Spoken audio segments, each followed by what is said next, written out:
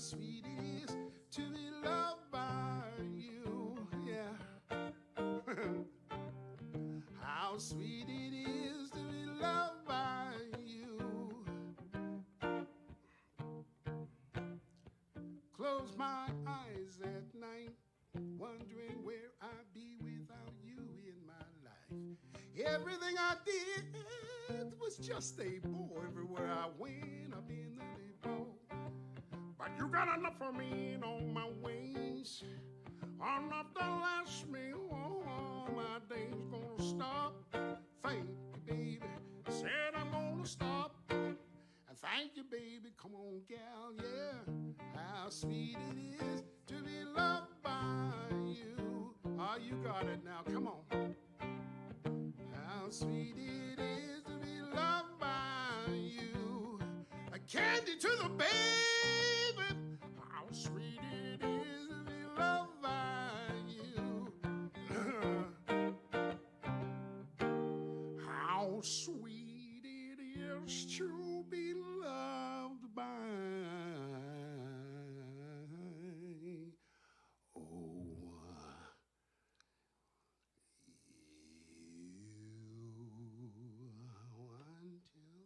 Oh, how sweet it is. Hey, welcome everybody to the Duncan Showroom. This is edition number 27. 27. Eugene Smith's Travels and Tales. How you doing, Gene? I'm doing, Eugene is doing the good. Eugene is good. I'm doing Man, you got a lot of hair going on there. Somebody does. We're both a couple of guys on your wing here getting awfully envious of that hairline. That's right. Mine's getting to that wispy and way back phase. So it's nothing we can do about that, I suppose. No, there's not a thing you can do about it, and I'm happy to hear that you can't. Yes. January flew by. Did you notice that? Oh, my God, yes. You got back from Ontario and phew, January gone. I know. That was it. It just seemed to I've been forgetting the days. I'm surprised I'm even here tonight. Well, that's our age. Yeah, we need reminders. You know, There you go. Something to look yourself. forward to. Yeah. we have special. I'll let you. Oh, let me do my job this Yeah. time? Thanks. It's awfully nice of you. We have a very special guest today, Zach Cohen of the Woodshop Recording Studio, who's been in the, well, you maybe been in the Valley longer than 22 years, but I remember when he first opened his studio on Campbell Street and paid him a visit in that garage, and then within a couple of years, you moved to a beautiful location on Richards Trail where you're still residing over 20 years later. Zach, welcome, and how are you doing? I'm well, thank you. Yeah, Good. great to be here. Good to see Yeah. you. And Go- No, I was just going to say, the first time we met was when you had your studio at your On house. Campbell Street. We actually met at the Brig. I Yeah. met you at one of your gigs there, and then shortly after, we came back to the studio. Yeah, Yeah. So we had Sam Hurry came and played that's right. some songs. That was Yeah. It was one of the first really great sessions that I had. Yeah, I remember you yeah, saying yeah. that. I remember you saying that. Yeah, I'd been sort of fumbling about with my own music and a couple little projects, and you two came in, and I realized that it wasn't all about the gear. It's like it's great. I always find it interesting that you're a butcher. Well, I was a deli clerk. Deli Y- clerk. Yeah, you're Oh. giving me a little too much credit there. Oh. Butchers have skills. All these years I thought you were a butcher, but you're a deli clerk. Oh. Yeah. I worked closely with the butchers. Okay. Oh, that's funny. Well, makes a good story. Yeah. makes a good story. So do you have how long have you been living here actually in the Valley? I've been in the Valley. I lived here briefly when I was really young in like 1979, and then I moved to Victoria for years, and I came back in '85, Oh, and I've been here ever since. wow. 85. That's Same year I came. same year as you? Yeah. Hmm. Wow. I believe so. First year of the Folk Fest, right? That sounds about right. That Yeah. sounds right. Yeah. We were way young then. Yeah, Zach. except I was a metalhead in 1985, so You there's not a would've lot of been. folk festing for me at that No, point in my no. life. So I remember you saying I know that you recorded the military band, the Navy band How was that? Was that interesting? That was a great experience. I did a number of projects with them, Uh-huh. at least 4 or 5 different recording projects, and some of them very large, very ambitious projects. I'd had a bit of experience doing orchestral recordings already with the Vancouver Island Symphony and that, but it was a unique challenge, not just the technical challenge of recording a 45-piece orchestra with all sorts of loud and strange instruments, but also learning the culture, the military culture, and the parameters around that when you're working. It's a little different. On the bass, right yeah, there. oh yeah, Yeah, yeah. I was yeah. working on the bass Yeah. in their studio. I actually sort of installed their system for them, and then got hired to record them. But they realized I was supposed to install their system and train their people to record. And that wasn't going so well. So then they just finally hired me back to get me to do the engineering. That was pretty smart. And yeah, it was my plan all along. But it was the biggest learning curve was learning how to work in that environment in that type of an organization. Mhm. It's not your typical musical situation. Because they have everything's kind of exact. Scheduled. You should see the yeah. schedule for the recordings. I mean, they've allotted right to the second of how long everything's going to take. And if you know anything about music and music production, it doesn't work like that. No. And so it was them learning to be flexible and me learning to be rigid all at the same time. It was an interesting experience, but it was a good experience. I learned a lot and made some friends and some people from that band I still work with sometimes. Oh, yeah. Yeah. There was I remember at your studio we brought in Bob McNally That's right. and the trumpet player. I can't remember his name, but he was Yeah. fantastic. Yeah, that guy. yeah, he was great. He Yeah. was excellent, And Bob was I think there are 2 bass trombones in Canada, and Bob plays one. Oh well, Yeah. his son plays one now, and so. Okay.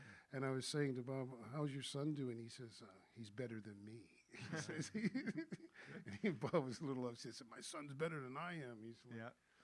So, but yeah, Bob was always telling me how good it was. But I've never heard anything though. What did they do with the recordings? Well, they release them. They have a mandate to record. Like it's part of their job. They're given a budget that they have to spend, and they have to do recordings to promote the band and promote the Navy and everything else. And and so they're large projects. Like they fill CDs. Like the question they asked me is how many minutes can you put on a CD? And they have it right. They're in the last 15 seconds they're using up. Wow. So the first few recordings I did there were all sort of typical military band songs, and then we got into some jazz projects after that, and some classical projects, less concert band type stuff, where they broke it down into small ensembles, which was really interesting. So it would be like acoustic guitar and flute, and then there was a clarinet orchestra, like 7 or 8 clarinets of all the different types playing arrangements written for them, and it was neat. Yeah. Huh. That's and you did that several times with them. Yeah. You worked with them. The last one, the jazz project, we actually did in my studio. They came up. Oh, really? We brought in a big grand piano, and I said I had like 13 of them or something in the room at once. How'd you get a big grand piano in that doorway That's of a your? tough. Well, they just take the legs off. And some young, strong men carried in. Yeah. I was gonna say, that door doesn't look like No. But anyways, so I think you have a song for us right now. Maybe Sure. you'd like to try Yeah. one, and I'll play along with you with Okay. my djembe here. Oh, by the way, before you get started, Trev, is there any comments coming our way? Seeing how Billy can't see what's going on tonight. I have no computer. He has no computer. He has no control. Is it possible to record the full band, like off the floor? Yeah, With that's all what the we brass do. and That's what we do drums? Wow. in the big room. I've Wow. recorded in their room is big enough for that, and I've also recorded them at the Royal Theatre Oh, neat. twice in Neat. Victoria. So Wow. that room is pretty good. One time was in combination with an American military band, so there was over 100 people on Oh, stage my Lord. at that point. Really? Yeah, in a full house. Yeah. Wow. It was a lot of pressure. It doesn't get higher pressure in my line of work Yeah. than that. Then that, yeah. Well, the Jeez. bodies in the room would probably help, wouldn't it, with all that? Sure, it's just you get one shot at it. It's a Right. live performance, and Yeah. you mess anything up, and you might never work again in that field. you Right, know? right. It's no So- pressure. So like how many I was just picturing 100 people in your how many microphones would you use, I like can see or it. something like I that? think I went in with 32 channels of recording. I don't know if I used every one of them, but that's, I certainly had at least 24 inputs happening at once. Yeah. You're not miking every single instrument. No. But you're miking all the soloists, you're miking the piano, you're miking the room, obviously, and things like that. So, I probably running around 24 channels, probably. Wow. Yeah. Well, we've got a screen up in Who front could of see us. that? Zach's the youngest. Can you see that, Zach? I can see that, yeah. Who's out there? Carol Gordon says, hi, guys. Hi, Carol. You can see that from He's here. good. Victoria Seeger says, hi, Carol. She's not talking to us. We're having a conversation on there. And then Carol Gordon replied, so there you go. They don't need us at all. Oh, No. man. They're entertaining themselves. Girl party. Yeah. Okay, so what's the song you're gonna do for us? I'm gonna sing a Daniel Lanois song that I really like the sentiment of, and it kind of suits my life at times, and maybe somebody else's.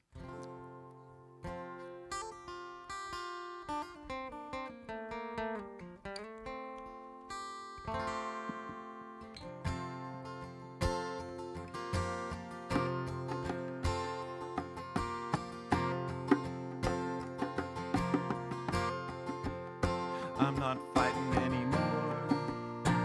Gonna let it all slide. Gonna let it run down to my knees and my feet. Gonna throw it all away. You know what they say, 'cause you know I'm not alone. I'm not fighting anymore. But you can have what's left of this ragged frame. You can have what's left of this used up chain. I'm not fighting anymore. Gonna let it all go. The melting of a man, like the sun on the snow. I'm not fighting anymore. Gonna let it all down. 'Cause this old town, they don't know me anyhow. We don't know nothing anymore. It's all passing by. Let it all cry, let it run dry. I'm not fighting anymore, not keeping score. Gonna let it all fade, gonna let it all wane. I'm not fighting any less. I see the sea, I feel it in my chest. Hear something in the breeze, you know where I'm for. Some kind of ecstasy, a far away lonesome sound. I picture you so pretty, and I know where I'm bound. When my sweetness is there, crack a light in the doorway, leave nothing to compare. I'm not fighting anymore, not fighting anymore, not fighting anymore.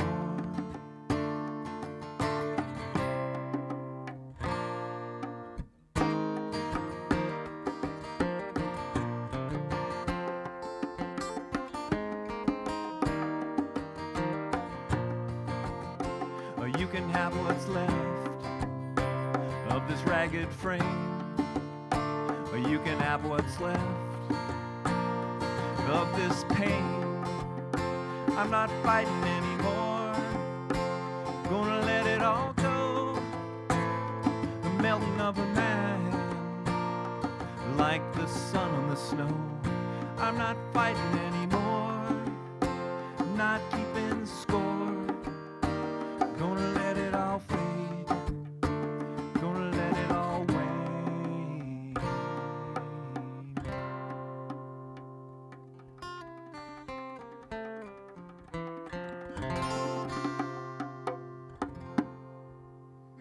Nice. Lovely. Thank you. Daniel Lanois. Well, that begs the question, Zach. Are there any producers that you think you styled yourself after in the beginning, or Certainly influenced. I don't know if in the beginning I was thinking about the producer so much, rather just the records I like the sound of. But I found Daniel's a great example. Yes. I've always really related to what he does. I don't know if I produce records like him. He's a very distinctive sound, and he puts his mark very strongly on everybody's record. So if you hire Daniel to make a record, you're getting a Daniel record with featuring your songs. I don't think I really produce with that way, but I do love his productions, and I think like sonically I've tried to copy some of that ambience for sure. I also I really love the records that Mike Campbell produced for Tom Petty. There's another person that I really enjoy. I mean, there's been lots over the years. George Martin, obviously. I mean, who wasn't influenced by the Beatles albums? That kind of stuff. There's lots out there for sure. Yeah. More comments. Oh, what's going on? Thank you for the compliments. Oh, and we got some big hearts on there and some hands clapping. So we've got hello, Nellie. Nice to see you there. Do you prefer to do the production role, or do you sometimes just are happy to be sound engineer? I like both.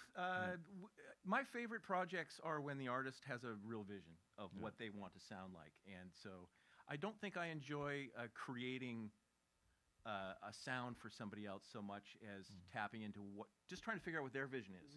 So the artist comes in, and if I can get a sense of their identity and who they think they are and the sound that they would like to represent, that's the challenge I love, is to make the right decisions to bring that out for them.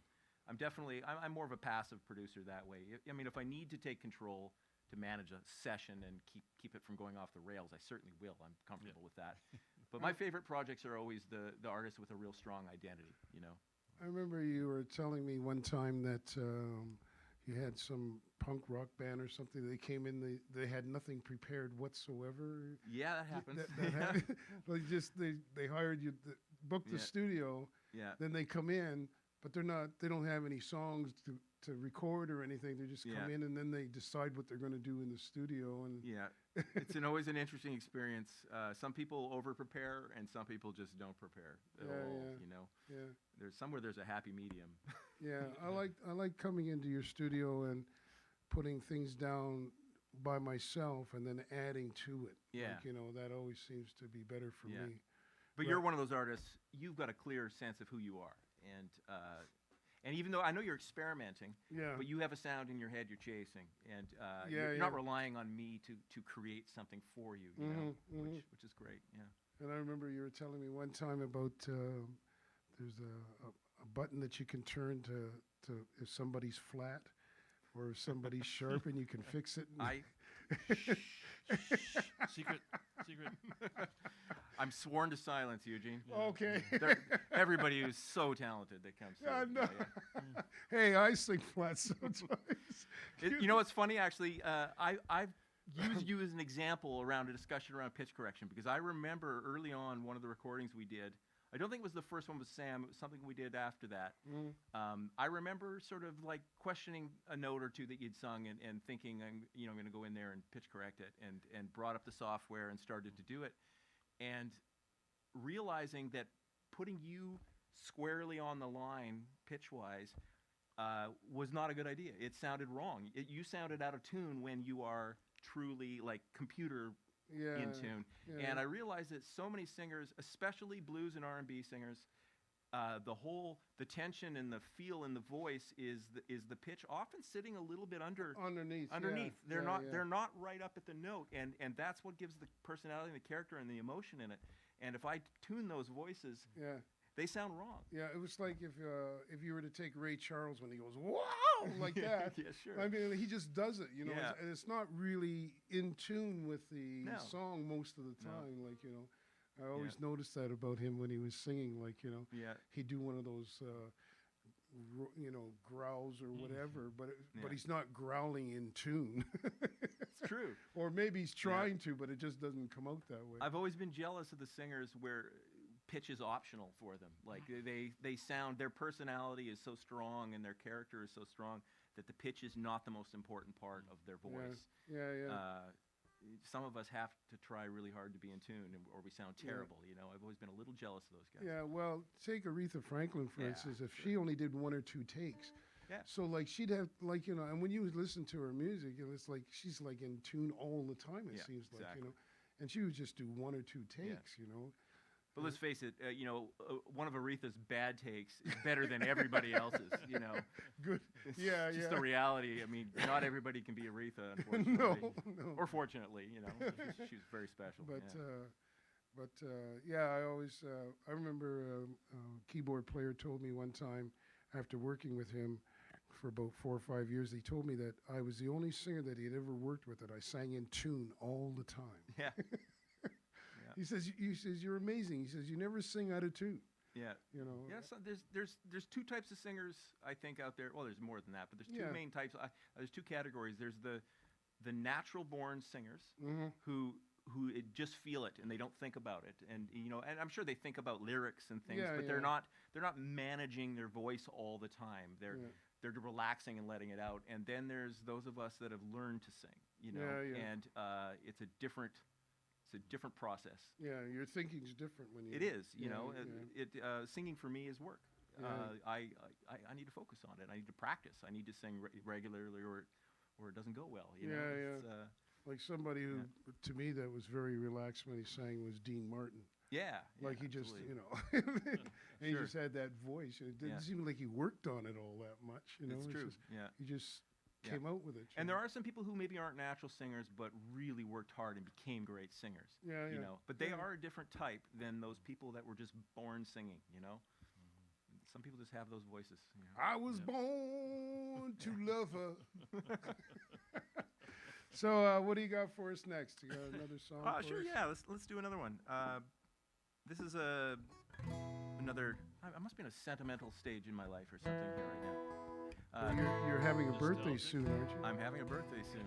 I am. So this is a Towns Van Zandt tune. It's a ballad. I really like this song, so I've been playing it a bit.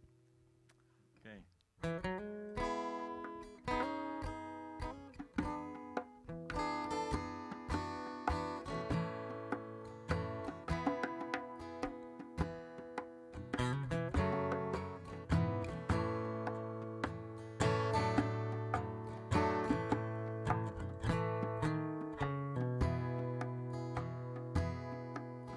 And if I had no place to fall, and I needed to, oh, could I count on you to lay me down? And I'll never tell you no lies. I don't believe it's wise. Oh, you got pretty eyes. Won't you spin me round? 'Cause I ain't much of a lover, it's true. I'm here, then I'm gone, forever blue. Oh, but I'm still wanting you. And the sky's full of silver and gold. Try to hide the sun. Oh, but it can't be done. At least not for long. And if we help each other grow by the light of day and shining down our way,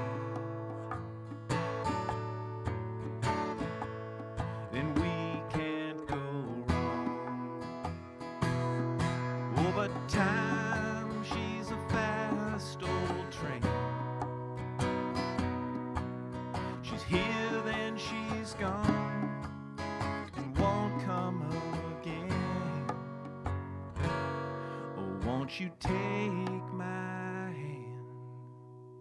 'Cause if I had no place to fall and I needed to,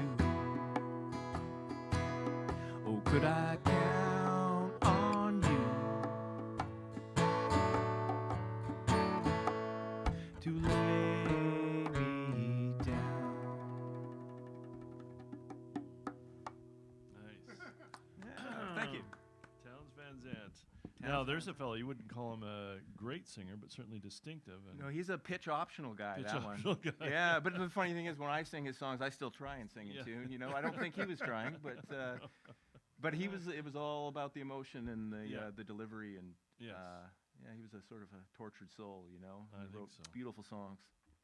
Now, you have had some time on the road, but I thought we've got a few minutes, and whether you might want to share something from the studios, either great experiences or horrible experiences, without mentioning names, but, you know, something that stands out in your mind over the years. Over the years, okay. Let's see what jumps. You know, for me, I mean, there's been some great music. Obviously, you know, there's been not so great music. There's been some great music, lots of talented people. It's usually the personalities that stick with me, you know, the most. Like if I think of a story to tell, and I had Valdi and Gary Felgard in one time. Nice. There's a session that left a real impression on me. I'd worked with Valdi before. I'd never worked with Gary at that time, and I don't want to quote their ages, You know, but they're older gentlemen compared to my normal clientele. Significantly older than a lot of them, and Valdi had been on the road. He'd been on the East Coast. He'd done a bunch of gigs, and then he played across the country. I think he was in Calgary doing some shows or whatever. And the night before the session, he drove all day before the session. He got to Vancouver, missed the last ferry, slept in his car in the ferry parking lot, and then drove straight to the studio. yeah. And showed up with more energy Yeah. and was more clear and ready to work than anybody that I've ever had in there before. You know, he had every note of every song he was going to do figured out, and just a great attitude. You know, I would have probably, if I'd had to sleep in the ferry, I probably would have canceled the session for the next day. You know, Yeah. and Valdi and Gary showed up and just did a great job. You know, these two veterans. Yeah. You know, the show must go on attitude, and they really, really pulled it out, you know, and such a fun record. Yeah. Quick too, you know, just played live in the studio, no studio trickery, no overdubs. I don't even think they just sat down with a couple mics and a couple guitars and sang, and it was wonderful. It was fun. I did a show, not last year, the year before, up at the Sid Williams up in Courtenay, Yeah. and Valdi was the headliner. Okay. And so we're supposed to have a sound check around 4 o'clock, and so we're all waiting for Valdi to show up because you know, and we're waiting and waiting and waiting. So about around 5 o'clock, we find out that he was on his way, but some people had a flat tire on the side of the road on the island, and so he stopped and was helping them change their tire. He was actually helping to fix their tire and everything else, and got to the sound check really late and everything. But that's what we That found. sounds exactly Valdi. I mean, he probably offered to make them dinner too. Yeah, you know? yeah. Well, when I moved here in the 70s, for 5 years, I was playing down in Vancouver, and I was living in Port Moody, and something happened to my car, and I had to hitchhike. Well, people were hitchhiking back then quite a bit in those days. Yeah. Anyways, I was hitchhiking with my guitar case and everything else, and all of a sudden this van pulls up, you know, and the guy says, "Where are you going?" So I told him I was going down to the classical joint on Hastings, and so he says, "Well, get in, I'll give you a ride," you know, and it turned out to be Valdi. Oh, yeah.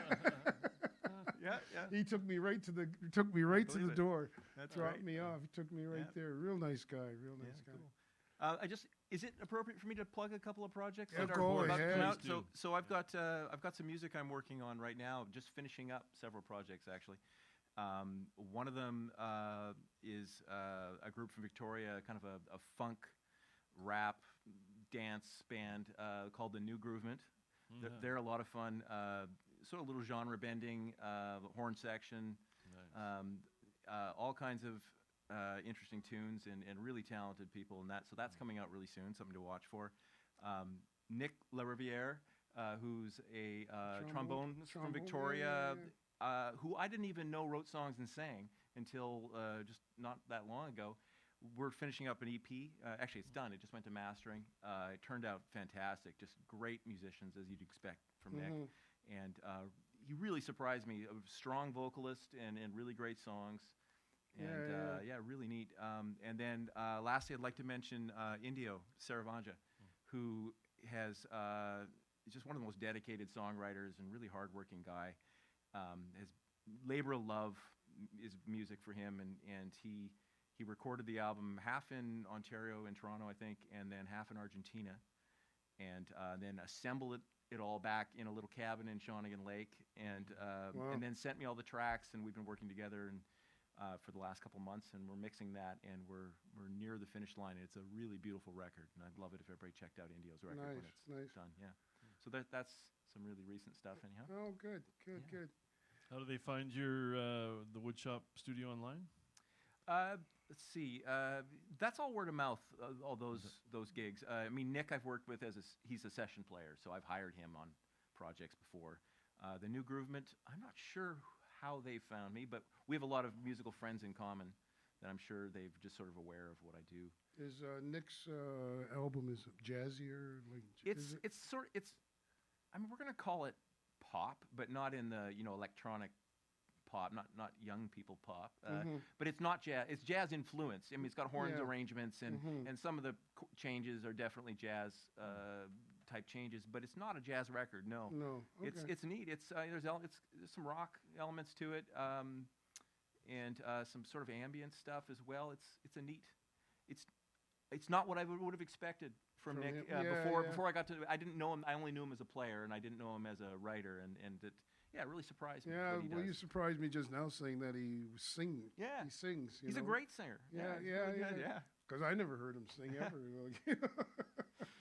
Oh well. Yeah. So what do we got there? I can't see. What puts it looks like a fruit bowl to me. What about you, Gene? Yeah. All those colorful emojis. Looks like it to me too. Well, people are dancing and cheering and lots of hearts and twinkly stars. Thank you, everyone. What about an outro with you singing something in Zach and Lena? I know you haven't practiced, so I don't want to put you on the spot. It's okay. I'm actually more comfortable as the improv sideman than I am as the performer. So that's fine. That sounds like fun. Let's do it. Well, we could do a little thing of give me a B flat. I'll give you a bouncy little B flat. A bouncy B flat. Okay. B flat. We'll just do a short. I'd like to thank everybody tonight for coming to their screens and tuning in, and we'll see you next. We have next week. We have Ken Olson, who lives up in Courtenay. He's going to be here. He did say yes. Well, he hasn't said yes, but he's yes. He sounded like he wanted to come down and do it. He's going to let me know, and then after Ken, we've got, just you and I, Billy. That's exciting, too. And then we have Beverly McKean on the 9th. Good one. Coming, so. Thanks so much to Zach for coming out. Thanks really for having me. Thank you, Zach. Yeah. Really fun, yeah. So anyways, it's just well, good night, everybody. Hope you enjoyed the show. I say good night, everybody. Hope you enjoyed the show. Well, come on back next week. Well, we'll play you some more. Yeah. Say good night, everybody. Hope you had a good time. Well, good night, everybody. Hope you had a good time. Well, you know, we're gonna do it right. Oh, sublime. Well, good night, everybody. Well, good night, everybody. Well, good night, everybody. Well, good night, everybody. Oh, good night, everybody. Well, good night, everybody. Yeah, good night, everybody. Well, come on back next week. Whoa. And will see you tonight. Yeah. Woo-hoo. All right. Eugene Smith, Zach Levity. Cohen, and Bill Levity. Thank you, everybody. Thanks. We'll see you next week. Thank you. Lovely. Right. That was rousing ending. I like that. All right.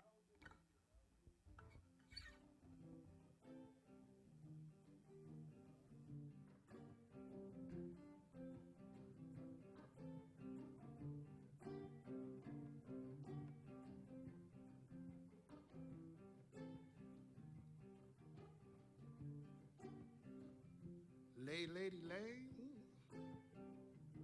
lay across my big brass bed.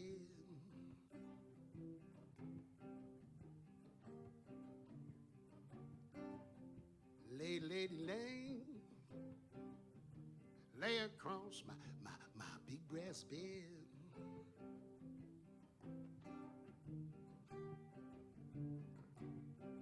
Whatever colors you have are in your mind, I'll show them to you. While you see them shine. Stay, lady, stay. Stay with your man a while.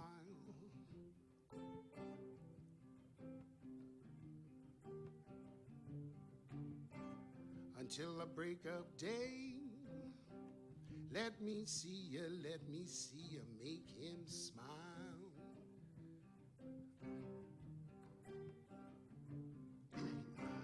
Well, his clothes are dirty, but his hands are clean. You're the best thing now he's ever seen. Stay, lady, stay. Stay while the night is still ahead.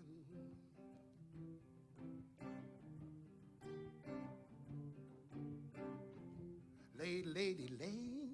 Oh, yeah. Lay across my big breast bed.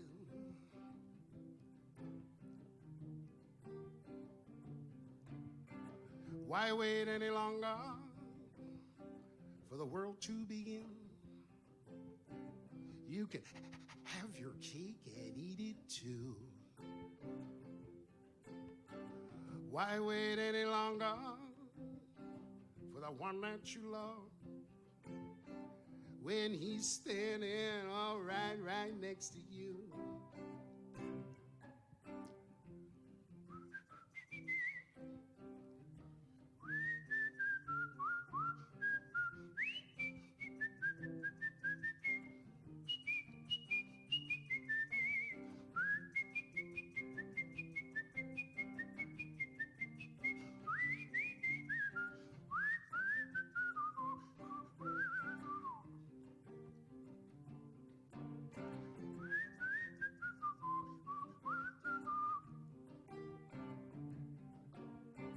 Why wait any longer for the world to begin?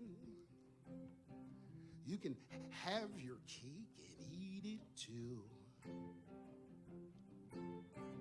Why wait any longer for the one that you love when he's standing all right next to you? Stay, lady, stay. Stay with your man a while.